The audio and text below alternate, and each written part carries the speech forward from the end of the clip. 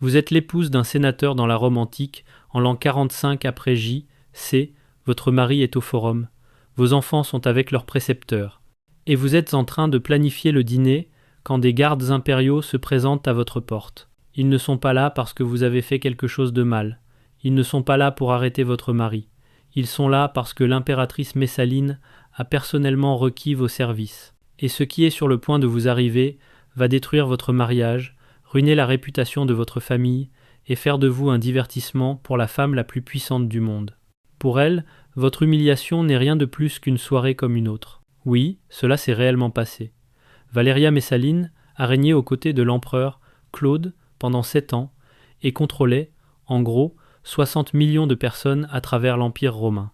L'histoire se souvient d'elle comme une jeune et belle impératrice qui a donné un héritier à Claude et a contribué à stabiliser l'Empire après le chaos qui a suivi le meurtre de Caligula. Mais voici ce que les livres d'histoire ne vous disent pas. Derrière toutes ces statues de marbre et ces cérémonies grandioses, Messaline dirigeait ce qui ne peut être décrit que comme le réseau d'exploitation sexuelle systématique le plus tordu de l'histoire de l'humanité. Je parle de choses tellement dérangées que même les historiens romains et ces gars vivaient dans un monde où posséder des esclaves sexuels était totalement normal, même eux ont eu du mal à le mettre par écrit. Ce n'était pas juste une impératrice folle qui avait des liaisons, c'était une guerre psychologique à l'échelle industrielle, déguisée en divertissement impérial. Ce que je m'apprête à vous montrer provient des registres officiels de la cour romaine, de récits de témoins oculaires d'historiens comme Tacité qui ont vécu cette période, et de preuves archéologiques que nous avons littéralement déterrées du palais impérial. Nous parlons d'un système qui a fonctionné pendant près d'une décennie, en plein cœur de Rome. Et voici la partie la plus dérangeante. Messaline ne se contentait pas d'exploiter n'importe qui. Elle ciblait spécifiquement les épouses et les filles des familles les plus puissantes de Rome, transformant l'humiliation sexuelle en une arme de contrôle politique. Elle avait des teneurs de registres, des plannings, des marges de profit, le tout fonctionnait comme une entreprise. Je ne pouvais pas arrêter de faire des recherches sur cette histoire une fois que j'ai commencé. C'est à ce point insensé. Avant de plonger plus profondément dans ce cauchemar absolu, n'hésitez pas à vous abonner si vous aimez l'histoire sombre qui s'est réellement produite. Et laissez un commentaire pour me dire d'où vous regardez. Ça aide vraiment la chaîne à grandir. Maintenant, revenons à la femme la plus dangereuse de l'Antiquité romaine. Bon, laissez-moi vous raconter ce que Messaline a réellement fait. Parce que quand j'ai lu ça pour la première fois, j'ai littéralement dû poser le livre pour digérer l'information. Maintenant, revenons à la femme la plus dangereuse de l'Antiquité romaine. Bon, laissez-moi vous raconter ce que Messaline a réellement fait. Parce que quand j'ai lu ça pour la première fois, j'ai littéralement dû poser le livre pour digérer l'information. Imaginez, vous vivez votre vie normale de noble romaine quand les gens de Messaline se présentent avec ce qu'ils appelaient des listes de recrutement. Ce n'étaient pas des visites au hasard. Ils avaient des dossiers sur tout le monde. Quelle famille devait des faveurs politiques? Quel mari avait besoin de postes au gouvernement? Qui avait les bons attributs pour des clients spécifiques? J'ai trouvé des registres montrant qu'ils évaluaient littéralement les femmes comme des produits. Description physique, connexion familiale, même des évaluations de personnalité pour prédire qui se soumettrait et qui pourrait causer des problèmes. La bureaucratie de tout ça est ce qui me sidère vraiment. Ils avaient des planificateurs, des préférences de clients, des examens médicaux, un suivi des revenus. Ils traitaient les êtres humains comme un inventaire dans un catalogue de luxe. Voici ce qui se passait quand vous étiez sélectionné. D'abord, on vous disait que c'était un honneur spécial de la part de l'impératrice elle-même. La loyauté de votre famille envers Rome était mise à l'épreuve. Refuser serait antipatriotique, dangereux pour la carrière de votre mari, néfaste pour l'avenir de vos enfants. Une fois au palais, ils vous enlevaient tout ce qui faisait de vous ce que vous étiez. Plus de vrais noms, plus de discussions sur votre famille, plus aucune dignité.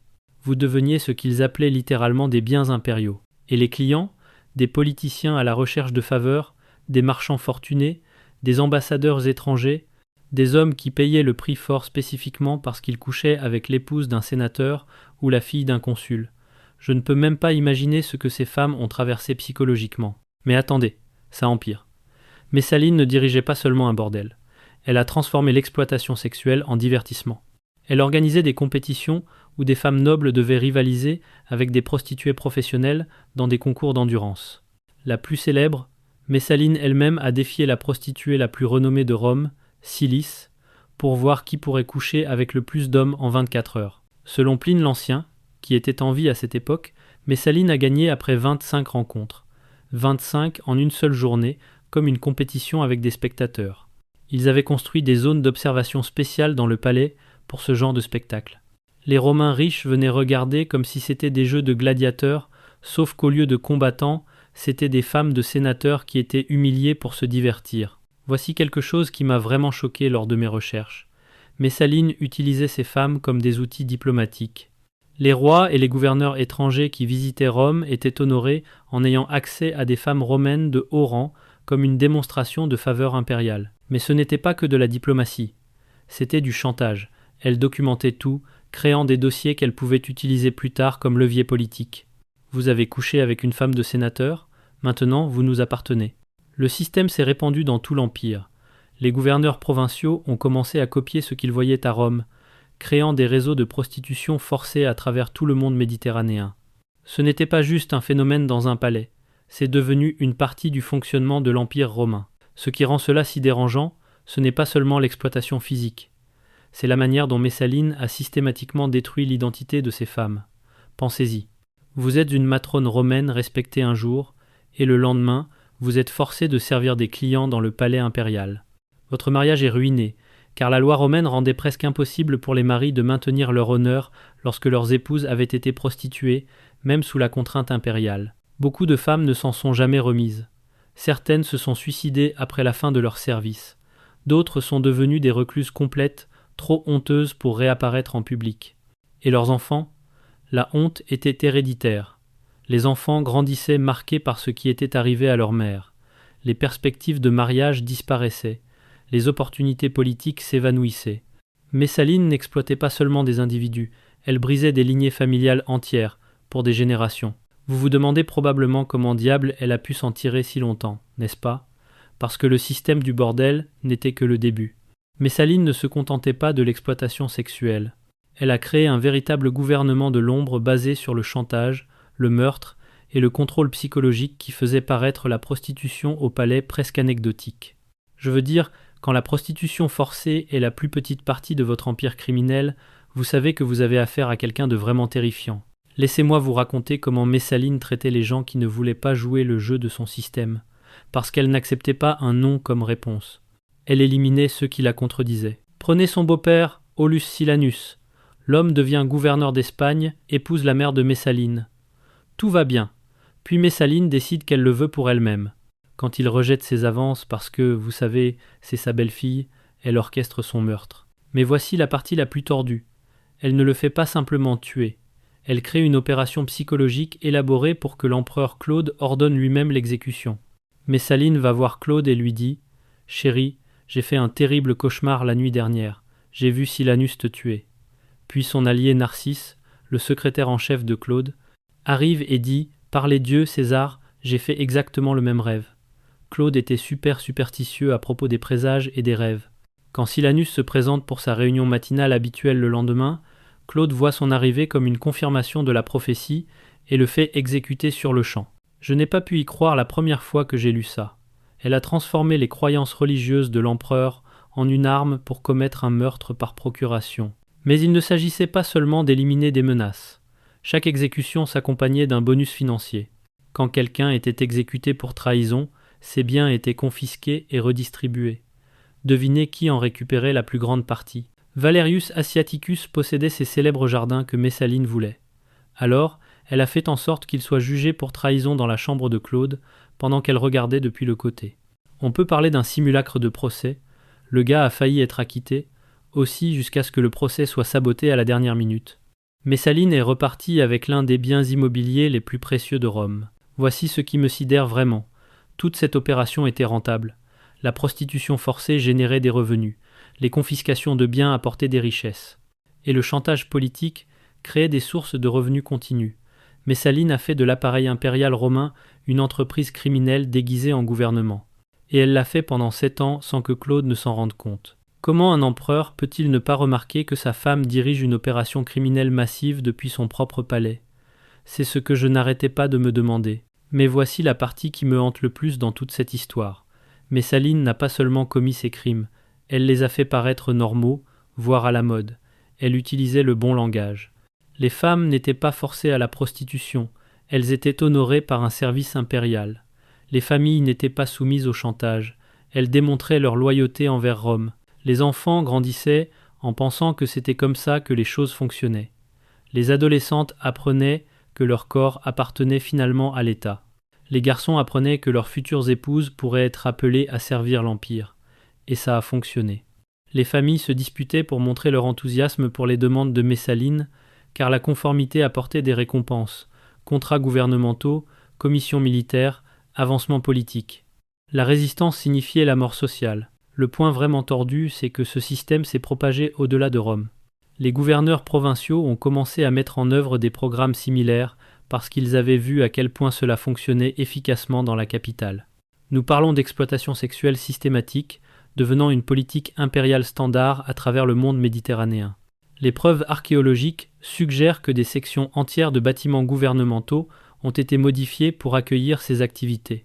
Au-delà, c'est devenu une infrastructure, une partie du fonctionnement de l'Empire. Imaginez être un diplomate étranger en visite à Rome et qu'on vous dise « Ah, et voici où vous pouvez avoir accès aux épouses des sénateurs dans le cadre de nos services d'hospitalité. » C'était ça, l'Empire romain sous Messaline. L'exploitation sexuelle emballée comme un service de luxe. Cela ressemble à de la fiction, mais tout est documenté dans les registres officiels romains. Que pensez-vous du fait que quelque chose comme ça soit devenu complètement normal dans l'une des civilisations les plus puissantes de l'histoire? Ce qui est fou, c'est que nous savons tout cela parce que les Romains étaient des archivistes obsessionnels. Les administrateurs du palais documentaient tout. Plannings de clients, rapports de revenus, profils de victimes, examens médicaux, ce ne sont pas des rumeurs ou de la propagande. Ce sont des documents impériaux officiels qui ont survécu pendant 2 ans. Les archives secrètes du Vatican ont préservé des fragments des registres financiers. Les musées du Capitole ont des correspondances montrant comment le système fonctionnait.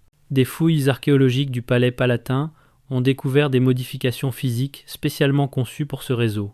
Des analyses médico-légales récentes de lettres impériales ont révélé le langage codé qu'ils utilisaient pour organiser ces activités. Les historiens trouvent encore de nouvelles preuves sur l'ampleur réelle de cette opération. Les estimations actuelles suggèrent que des centaines de familles romaines ont été directement affectées et des milliers d'autres vivaient dans la peur constante d'être sélectionnées. Et le truc, c'est que nous ne voyons probablement que la pointe de l'iceberg.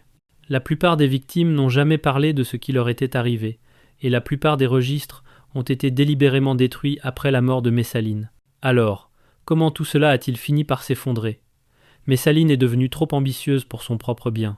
En 48 après J, C, pendant que Claude était en dehors de la ville pour inspecter des ports, elle a décidé d'épouser son amant, Gaius Silius, lors d'une cérémonie publique. Pas une liaison secrète, un mariage en bonne et due forme avec toutes les formalités légales romaines. C'était de la bigamie, de la trahison, et probablement la décision politique la plus stupide de l'histoire romaine, le tout en un. La fête de mariage est devenue une célébration massive où toutes les victimes de Messaline ont été forcées de servir de divertissement pour les invités. C'était comme une grande finale montrant tout ce qu'elle avait construit en 7 ans. Mais le rendre public a été son erreur fatale. Quand la nouvelle a atteint Claude, même lui ne pouvait plus ignorer ce qui se passait. Les conseillers de Messaline savaient qu'elle était perdue. Ils ont envoyé des gardes pour l'exécuter dans les jardins de Lucullus, la même propriété qu'elle avait volée par le meurtre des années plus tôt. Dans ces derniers instants, elle a supplié qu'on lui accorde sa vie et a essayé de négocier. Pas de dignité, pas d'honneur, juste des supplications désespérées de quelqu'un qui avait passé des années à détruire la dignité des autres. Elle est morte de la même façon qu'elle avait vécu, par la violence et le déni complet de la valeur humaine. Voici ce qui me touche vraiment dans l'histoire de Messaline. Il ne s'agit pas seulement d'une personne maléfique qui a fait des choses horribles. Il s'agit de la vitesse à laquelle la déshumanisation systématique peut devenir normale lorsqu'une personne a suffisamment de pouvoir. La bureaucratie, la manipulation du langage, les incitations économiques, le traumatisme générationnel. Ces schémas apparaissent tout au long de l'histoire chaque fois que des institutions acquièrent un contrôle absolu sur la vie des gens. Les mécanismes psychologiques que Messaline a exploités sont toujours pertinents aujourd'hui. Le pouvoir de la honte pour contrôler les comportements.